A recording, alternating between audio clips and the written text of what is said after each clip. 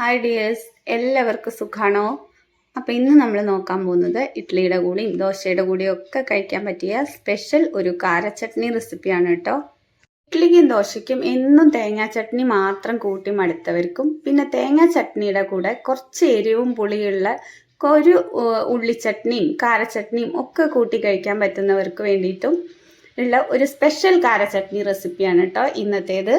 ഈ ഒരു ചമ്മന്തി ഉണ്ടെങ്കിൽ കുട്ടികളും മുതിർന്നവരും ഒരു 2 ഇഡ്ഡലിയോ 2 ദോശയോ കൂടുതൽ കഴിച്ചോളൂ കേട്ടോ. അപ്പം നമുക്ക് റെസിപ്പിയിലോട്ട് പോവാം. അതിനായിട്ട് 2 വെളുത്തുള്ളി എടുത്തിട്ടുണ്ട്, പിന്നെ ഒരു കഷ്ണം ഇഞ്ചി എടുത്തിട്ടുണ്ട്, 3 വറ്റൽമുളകും എടുത്തിട്ടുണ്ട്. ഇനി നമുക്കിതൊന്ന് ഗ്യാസിൻ്റെ മുകളിലോ അടുപ്പിലോ വെച്ച് ഒന്ന് ചുട്ടെടുക്കാം. ഞാനിപ്പോൾ ഗ്യാസിൻ്റെ മുകളിൽ വെച്ചിട്ടാണ് ചുട്ടെടുക്കുന്നത്. അപ്പോൾ ഇത് വറ്റൽമുളകൊക്കെ നമുക്ക് വേഗമായി കിട്ടും, അതിനനുസരിച്ച് ഉള്ളിയും ഇഞ്ചിയും ആയി കിട്ടില്ല. അപ്പോൾ വറ്റൽമുളക് ഒന്ന് ഇങ്ങനെ പുറം ഭാഗമൊക്കെ ഒന്ന് കരിയാൻ തുടങ്ങുമ്പോഴേക്കും ചുടില്ലേ, മുളക് ചുടില്ലേ, അത് ആ ഒരു പരുവാകുമ്പോഴേക്കും നമുക്ക് വറ്റൽമുളക് ഒന്ന് മാറ്റി കൊടുക്കണം. എന്നിട്ട് ഇതാ വെളുത്തുള്ളി ഇഞ്ചിയും ഒന്ന് ചുട്ടെടുക്കാം. അപ്പോൾ നമ്മൾ വറ്റൽമുളക് ചേർത്ത് കൊടുക്കുമ്പോൾ ഓരോരുത്തരുടെ എരിവിനനുസരിച്ച് മുളക് ചേർത്ത് കൊടുക്കുക. കാര ചട്നി എന്ന് പറയുമ്പോൾ കുറച്ച് എരിവ് മുന്നിട്ട് നിൽക്കണം. അപ്പോൾ അതാണല്ലോ കാര ചട്നി. പിന്നെ കുട്ടികൾക്കൊക്കെ കൊടുക്കുന്നതാണെങ്കിൽ കുറച്ച് എരിവൊക്കെ ഒന്ന് കുറച്ചോളൂ കേട്ടോ. അപ്പോൾ ഈ മുളകുണ്ടല്ലോ, ഇത് ഒരുപാട് എരിവുള്ള മുളകാണ്, അതുകൊണ്ടാണ് ഞാൻ 3 മുളക് മാത്രം എടുത്തിട്ടുള്ളത്. ഈ സമയത്ത് വീഡിയോ ആരെങ്കിലും ഒന്ന് സബ്സ്ക്രൈബ് ചെയ്യാതെ കാണുന്നവരാണെങ്കിൽ ഒന്ന് സബ്സ്ക്രൈബ് ചെയ്ത് സപ്പോർട്ട് ചെയ്തേക്കണേ. തൊട്ടടുത്തുള്ള ബെല്ലൈക്കണും കൂടി ഒന്ന് അമർത്താൻ മറക്കണ്ട കേട്ടോ. പിന്നെ ലൈക്കും ഷെയറും കമൻറ്റും ഒന്നും ആരും ചെയ്യാൻ മറന്നു പോകണ്ട. അപ്പം നമ്മുടെ വെളുത്തുള്ളി ഇഞ്ചിയൊക്കെ ആയി വന്നിട്ടുണ്ട്. അപ്പം ഇനി നമുക്ക് ഇതും കൂടെ പാത്രത്തിൽ നിന്ന് മാറ്റി കൊടുക്കാം. അതിനുശേഷം ഒരു ഉള്ളി എടുത്തിട്ടുണ്ട്, 3 തക്കാളി എടുത്തിട്ടുണ്ട്. ഇതും നമുക്ക് ഇതുപോലെ ചുട്ടെടുക്കാം. ഈ വല പോലത്തെ ഈ കമ്പിയിൽ വെച്ചിട്ട് ഞാൻ അതും കൂടെ ഒന്ന് ചുട്ടെടുക്കുന്നുണ്ട്. അപ്പം നമ്മളിത് ഓരോ ഭാഗം ആയി വരുമ്പോൾ ഒന്ന് തിരിച്ചും മറിച്ചൊക്കെ ഒന്ന് ഇട്ട് കൊടുക്കണം. എന്നിട്ട് എല്ലാ ഭാഗവും ഒന്ന് നന്നായിട്ട് ചുട്ടെടുക്കണം. ഉള്ളിയും തക്കാളിയൊക്കെ നമുക്ക് ചിക്കനൊക്കെ ഗ്രില്ല് ചെയ്യില്ലേ, അതിൽ വെച്ചിട്ട് നമുക്ക് ചുട്ടെടുത്താലും മതിയാവും. പിന്നെ ഇത് ഏറ്റവും എളുപ്പത്തിലുള്ള മാർഗ്ഗമായതുകൊണ്ടാണ് ഞാനിത് ഉപയോഗിച്ച് ചുട്ടെടുക്കുന്നത് കേട്ടോ. എല്ലാവരുടെ അടുത്തും ഇപ്പോൾ ഗ്രില്ല് ചെയ്യാനോ അങ്ങനെയൊന്നും ഉണ്ടായിക്കൊള്ളണമെന്നില്ലല്ലോ. അപ്പം നമ്മളിതാ ഏകദേശം ഒക്കെ ഓരോ പുറവും ഇങ്ങനെ തിരിച്ചു മറിച്ചു വിട്ടിട്ട് ഞാനിതാ ഇതുപോലെ ആക്കിയെടുത്തിട്ടുണ്ട്. സാധാരണ നമ്മൾ കാരച്ചട്നി ഉള്ളിച്ചമ്മന്തിയും ഒക്കെ ഉണ്ടാക്കുമ്പോൾ എണ്ണയൊക്കെ ഒഴിച്ച് വഴറ്റിയിട്ടൊക്കെയാണ് ഉണ്ടാക്കാറുള്ളത്. ഇതിലോട്ട് നമ്മൾ ഒട്ടും തന്നെ എണ്ണയൊന്നും ചേർത്തിട്ടില്ല. അതുകൊണ്ട് തന്നെ ഇതൊരു ഹെൽത്തി റെസിപ്പിയാണ്.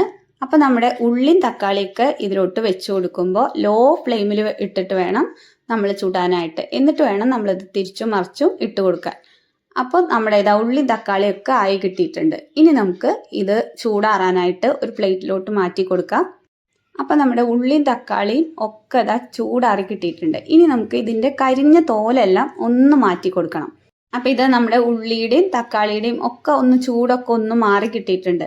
ഇനി നമുക്ക് ഈ കരിഞ്ഞ തോല ഒക്കെ ഒന്ന് മാറ്റി കൊടുക്കാം. അപ്പം വെളുത്തുള്ളിയൊക്കെ നമ്മൾ എടുക്കുമ്പോൾ തൊലിയോട് കൂടിയാണ് ചുട്ടെടുത്തിട്ടുള്ളത്. അപ്പോൾ ആ തൊലിയൊക്കെ ഒന്ന് മാറ്റി കൊടുക്കുന്നുണ്ട്. അപ്പോൾ വെളുത്തുള്ളിയുടെയൊക്കെ തോല് പെട്ടെന്ന് തന്നെ നമുക്കിത് പൊളിച്ചെടുക്കാനായിട്ട് കിട്ടിയിട്ടുണ്ട്. ഇനി നമുക്ക് ഉള്ളിയുടെയും തക്കാളിയുടെയും ആ കരിഞ്ഞിട്ടുള്ള പുറം ഭാഗം എല്ലാം ഒന്ന് മാറ്റി കൊടുക്കണം. കരിഞ്ഞ തൊലി ഒന്നുപോലും ഇല്ലാതെ വേണം നമ്മളിത് പൊളിച്ചെടുക്കാനായിട്ട്. അപ്പോൾ തക്കാളിയൊക്കെ ഇങ്ങനെ ഞെങ്ങുന്ന ആ ഒരു പരുവത്തിൽ വേണം നമ്മളിത് എടുക്കാനായിട്ട്. എന്നാൽ മാത്രമേ നമുക്ക് ഈ തൊലിയൊക്കെ അതിൻ്റെ മുകളിൽ നിന്ന് ഇങ്ങനെ വിട്ട് കിട്ടുള്ളൂ. അപ്പോൾ പച്ചത്തക്കാളി ഒന്നും വെച്ചിട്ട് ഈ ചമ്മന്തി ഉണ്ടാക്കരുത് കേട്ടോ. നല്ല ചുവന്ന് പഴുത്ത് തുടുത്ത് തക്കാളി വേണം നമ്മൾ ഈ ചമ്മന്തി അരയ്ക്കാനായിട്ട് എടുക്കാൻ. അരച്ചമ്മന്തി എന്ന് പറയുമ്പോൾ തന്നെ നമുക്കറിയാമല്ലേ, നല്ല റെഡ് കളറിലാണ് ഇരിക്കണത്. അപ്പോൾ അത് മുളക് പൊടി ഒരുപാട് ഇട്ടിട്ടൊന്നുമല്ല കേട്ടോ. കാരണം തക്കാളിയുടെയും പിന്നെ മുളക് ഇടുന്നുണ്ട്, അത് അത്യാവശ്യം എരിവിന് മാത്രം. പക്ഷേ ഈ തക്കാളിയുടെ കളറിലാണ് ഏറ്റവും കൂടുതൽ ഇങ്ങനെ റെഡ് കളറായിട്ട് നമുക്കിരിക്കണത്. ഒരുപാട് മുളക് പൊടി എന്ന് ഇട്ടാൽ നമുക്ക് എരിഞ്ഞിട്ട് കഴിക്കാൻ തന്നെ പറ്റുണ്ടാവില്ല. അപ്പോൾ നമ്മളിതാ ഉള്ളിയുടെ തോലും കൂടെ പൊളിച്ചെടുത്തിട്ടുണ്ട്. ഉള്ളിയുടെ ആ പുറമേ ഉള്ള 2 ലെയർ പൊളിച്ചെടുത്തിട്ടുണ്ട്. 2 ലെയർ കരിഞ്ഞിട്ടുണ്ടാവും നമുക്ക്. എന്നിട്ട് ഉള്ളിയൊക്കെ ഒരു ഞെങ്ങണ പരുവത്തിൽ വേണം നമ്മൾ എടുത്തിട്ടുള്ളത്. ഉള്ളിയൊക്കെ നന്നായിട്ട് വെന്തിട്ടുണ്ടാവും. ഉള്ളിയുടെ ആ പച്ചച്ചൊയൊക്കെ മാറിയിട്ടുണ്ടാവും നമ്മൾ ഈ ചുട്ടെടുക്കുമ്പോൾ. ഇനി നമുക്ക് ഈ ഉള്ളിയുടെ തൊലിയൊക്കെ മാറ്റി കൊടുത്തതിന് ശേഷം ഒരു ടിഷ്യൂ പേപ്പർ വെച്ചോ നല്ല തുണി വെച്ചോ നമുക്കൊന്നും തുടച്ചെടുക്കാവുന്നതാണ്. കഴുകണ്ട കേട്ടോ. കഴുകിയ അത്രയ്ക്ക് വലിയ ഗുണം പോരാ, അതിൻ്റെ ആ ടേസ്റ്റ് അങ്ങ് മാറിപ്പോവും. അപ്പം നമ്മൾ എല്ലാം ഇതുപോലെ പൊളിച്ചെടുത്തിട്ടുണ്ട്.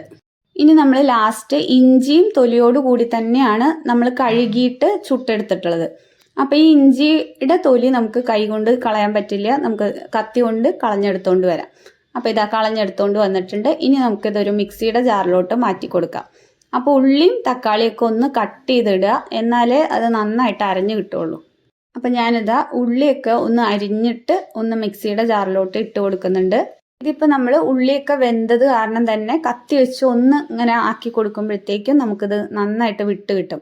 എന്നാലും ഇത് അരയാനായിട്ട് ഇത് ഒന്നിച്ചിട്ട അരഞ്ഞു കിട്ടില്ല. അപ്പോൾ അതുകൊണ്ട് ചെറിയ കഷ്ണങ്ങളാക്കി മിക്സിയുടെ ജാറിലോട്ട് ഇട്ട് കൊടുക്കുന്നുണ്ട്. അപ്പം ഞാനിത് തക്കാളിയും കൂടെ 1-2 കഷ്ണാക്കിയിട്ട് നമ്മൾ മിക്സിയുടെ ജാറിലോട്ട് ഇട്ട് കൊടുക്കുന്നുണ്ട്. അപ്പം നമ്മുടെ തക്കാളിയൊക്കെ ഇവിടെ അരിഞ്ഞിട്ട് കൊടുത്തതിന് ശേഷം നമ്മൾ എടുത്തു വെച്ചിട്ടില്ല വെളുത്തുള്ളിയും കൂടെ ഇട്ട് കൊടുത്തിട്ടുണ്ട്.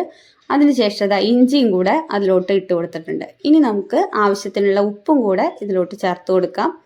അതിനുശേഷം ഇത് നന്നായിട്ട് അരച്ചെടുത്തോണ്ട് വരാം. പേസ്റ്റ് പോലെ നമ്മളിത് അരച്ചെടുത്തോണ്ട് വന്നിട്ടുണ്ട് കേട്ടോ. അപ്പം നമ്മുടെ ചമ്മന്തി ഇവിടെ റെഡി ആയി കിട്ടിയിട്ടുണ്ട്. ഇനി നമുക്കിതൊരു ബൗളിലോട്ട് മാറ്റി കൊടുക്കാം. അതിനുശേഷം വേണമെങ്കിൽ മാത്രം കുറച്ച് പച്ച വെളിച്ചെണ്ണ ഒഴിച്ചു കൊടുക്കാം. ഇല്ലെങ്കിൽ കടുകും വറ്റൽമുളകും കൂടി ഇട്ടിട്ട് നമുക്കൊന്ന് വറുത്തിടാം. അപ്പം ഞാനിതൊന്ന് വറുത്തിട്ട് കൊടുക്കുന്നുണ്ട്. അതിനായിട്ട് ഒരു പാനിലോട്ട് വെളിച്ചെണ്ണ ഒഴിച്ചു കൊടുത്ത് 1 സ്പൂണോളം കടുക് ഇട്ട് കൊടുത്തിട്ടുണ്ട്. അതിനുശേഷം 2 വറ്റൽമുളകും കൂടെ ഇട്ട് കൊടുത്തിട്ടുണ്ട്. പിന്നെ നമ്മൾ ഇട്ട് കൊടുക്കുന്നത് കറിവേപ്പിലയാണ്. 2 തണ്ട് കറിവേപ്പിലയും കൂടെ ഇട്ട് കൊടുത്തതിന് ശേഷം ആ കാരച്ചട്നിയിലോട്ട് ചേർത്ത് കൊടുക്കുന്നുണ്ട്. അപ്പോൾ എണ്ണയൊന്നും അധികം ഉപയോഗിക്കാത്തവരാണെങ്കിൽ ഈ സ്റ്റെപ്പ് ഒഴിവാക്കാം. ഇല്ലെങ്കിൽ കുറച്ച് പച്ച വെളിച്ചെണ്ണ ഒഴിച്ചാലും ടേസ്റ്റ് കൂടും. ഇപ്പം ഇതിലോട്ട് കുറച്ച് കടുകും വറ്റൽമുളകും കറിവേപ്പിലയും കൂടെ വറുത്തിട്ട് കൊടുത്തിട്ടുണ്ട്. അപ്പോൾ ഇഡ്ഡലിക്കും ദോശയ്ക്കും ഇതുപോലെ ഒരു കാരച്ചട്നി ഉണ്ടെങ്കിൽ വേറെ ചട്നിയുടെ ആവശ്യമൊന്നുമില്ല. അപ്പോൾ ഇന്നത്തെ ഈ കാരച്ചട്നി റെസിപ്പി എല്ലാവർക്കും ഇഷ്ടമായി എന്ന് വിശ്വസിക്കുന്നു. വീഡിയോ ഇഷ്ടമായ ലൈക്കും ഷെയറും സബ്സ്ക്രൈബും ചെയ്ത് സപ്പോർട്ട് ചെയ്യാൻ മറക്കണ്ട കേട്ടോ. പിന്നെ കമൻറ്റും കൂടെ ചെയ്തേക്കണേ. അപ്പോൾ വീണ്ടും അടുത്തൊരു വീഡിയോയിൽ കാണാം. താങ്ക്